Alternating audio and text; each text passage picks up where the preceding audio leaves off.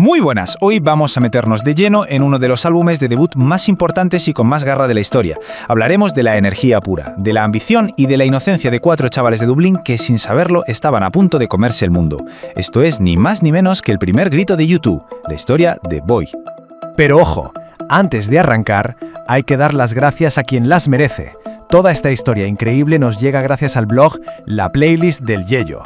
Es un auténtico placer compartir su trabajo, así que un aplauso virtual para ellos. Ahora sí, vamos al lío. A ver, ¿qué tenemos en el menú de hoy?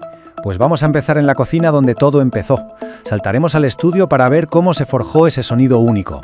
Nos sumergiremos en las letras de un Bono adolescente, descubriremos el lío que se montó con la portada y finalmente veremos qué huella ha dejado Boy en la historia.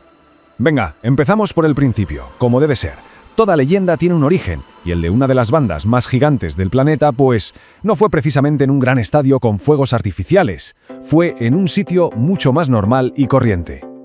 A ver, situémonos. Año 1976. 4 críos de entre 14 y 16 años se juntan para hacer ruido en la cocina del batería, Larry Mullen Jr. Tenían más ganas que otra cosa, pero solo 2 años después aparece en escena Paul McGuinness, el manager que vio algo especial en ellos, y de repente, ¡boom!, para marzo de 1980 ya tienen un contrato para grabar 4 discos con Island Records, y en octubre de ese mismo año, Boy ya está en la calle. Un ascenso, vamos, de locos. Vale, ya tienen el contrato. Ahora toca lo difícil, grabar un disco. Y aquí se encontraron con una de esas decisiones que, sin que ellos lo supieran, iba a cambiarlo absolutamente todo. ¿Quién iba a producir este álbum? Y la cosa no fue nada fácil. El plan A era trabajar con un pez gordo, Martin Hannett, el genio que estaba detrás de ese sonido tan oscuro y característico de Joy Division. Sobre el papel sonaba perfecto, ¿verdad? Pues no. La cosa no cuajó, el ambiente era malísimo y la banda no estaba nada contenta. Así que Island Records se sacó un as de la manga, un productor joven llamado Steve Lillywhite, y aquello fue como la noche y el día. Lillywhite trajo buen rollo, creatividad y una energía que conectó con los chavales al instante. Y para que nos hagamos una idea de lo verdes que estaban, solo hay que escuchar lo que dijo el propio Lillywhite años después. Básicamente vino a decir, mira, que estos chicos no tenían ni idea de lo que hacían, así que me tocó a mí coger el timón del barco. Y vaya si lo cogió. Se convirtió en la pieza clave para dar forma a ese sonido que hoy reconocemos al segundo. Es que lo de coger el timón se le quedaba corto. Lillywhite era una especie de científico loco en el estudio. Que la batería no suena con suficiente pegada. Pues nada, se lleva a Larry Mullen Jr. a grabar al hueco de la escalera. Y lo de la canción I Will Follow ya es de traca. Para conseguir sonidos de percusión se pusieran a romper botellas y a pasar un cuchillo por los radios de una rueda de bicicleta. Una auténtica genialidad que increíblemente funcionó a la perfección. Y en mitad de toda esta experimentación estaban haciendo algo legendario. Fue justo en esta época cuando The Edge se compró su arma secreta, el famoso pedal de delay Memory Man. Lo enchufó a su Gibson Explorer y ¡magia! Ahí nació ese sonido de guitarra tan espacial, tan rítmico, que se convirtió en la marca de la casa de U2 para siempre.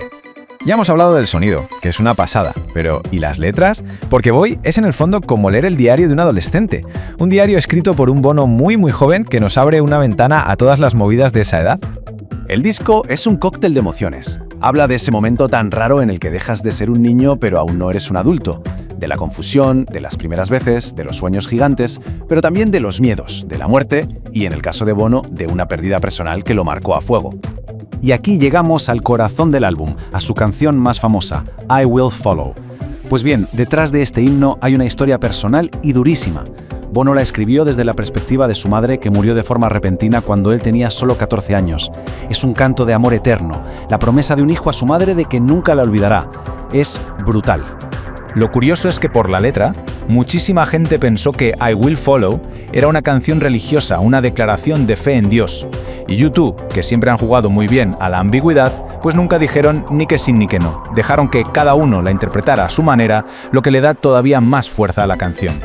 Y luego está otra joya, Stories for Boys, que va sobre algo que nos toca a todos. Habla de cómo los cuentos de héroes, las pelis de aventuras y los cómics que devorábamos de pequeños nos van moldeando por dentro, nos ayudan a construir quiénes somos. Una reflexión muy chula.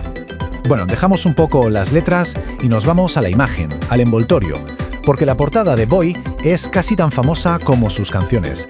Y como no, también tiene detrás una historia de las buenas, con salseo incluido. Esa cara que todos tenemos grabada en la retina es la de Peter Rowan. Y no era un modelo de agencia ni nada por el estilo.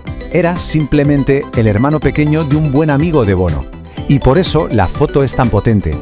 Es una mirada de verdad, vulnerable, que capta a la perfección la inocencia de la que habla el disco. Pero claro, esa inocencia que se veía en Europa, al otro lado del charco no la vieron igual. De hecho, cuando el disco se publicó en Estados Unidos y Canadá, la portada cambió de forma radical. La cara de Peter desapareció y en su lugar pusieron esta imagen tan rara, abstracta y distorsionada de la banda. ¿Por qué este cambio tan bestia? Pues la respuesta, en una palabra, es pánico. La discográfica americana se asustó. Temían que la foto de un niño con el torso desnudo se malinterpretara y que pudieran acusar a la banda de cosas muy feas. Así que, para evitar cualquier escándalo, cortaron por lo sano y la cambiaron. Un ejemplo clarísimo de cómo eran las cosas y las diferentes sensibilidades de la época.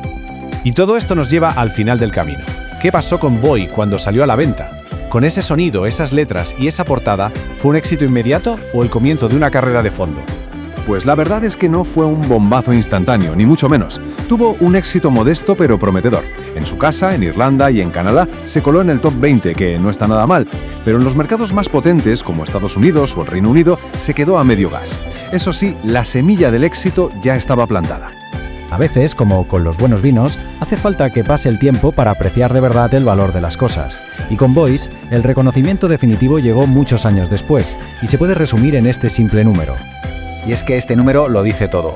En 2003, la revista Rolling Stone lo colocó en el puesto 417 de su famosísima lista de los 500 mejores álbumes de la historia. Ahí es nada.